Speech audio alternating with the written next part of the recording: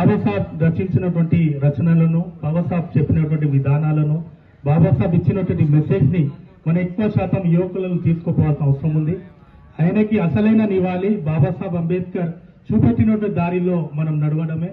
బాబాసాహెబ్ అంబేద్కర్ లక్ష్యాన్ని పూర్తి స్థాయిలో భారతదేశంలో అదేవిధంగా ప్రపంచవ్యాప్తంగా మనం ఆ లక్ష్యాన్ని చేర్చినప్పుడే బాబాసాహెబ్ అంబేద్కర్ కి అసలైనటువంటి నివాళి. అందుకే ఈ జయంతి సందర్భంగా నేను అందరికీ, యువకులకు, విద్యార్థులందరూ పిలిపిస్తున్నా. అందరూ కలిసి బాబాసాహెబ్ అంబేద్కర్ మిషన్ ని ముందుకు తీసుకుపోతాం. ఇప్పుడున్నటువంటి ముఖ్యంగా ఇప్పుడున్నటువంటి ఫ్యాసిస్ట్ విధానాల్లో ఈరోజు ఒక మనిషి లెక్క లేకపోతే అన్ని విషయాల్లో ఈరోజు దాడులు జరుగుతున్న నేపథ్యంలో బాబాసాహెబ్ అంబేద్కర్ ని మనం గుర్తు చేసుకోవాల్సిన అవసరం ఉంది. ఆయన రాసినటువంటి రాజ్యాంగాన్ని, మన రాజ్యాంగాన్ని ఉపయోగించాల్సిన అవసరం ఉంది.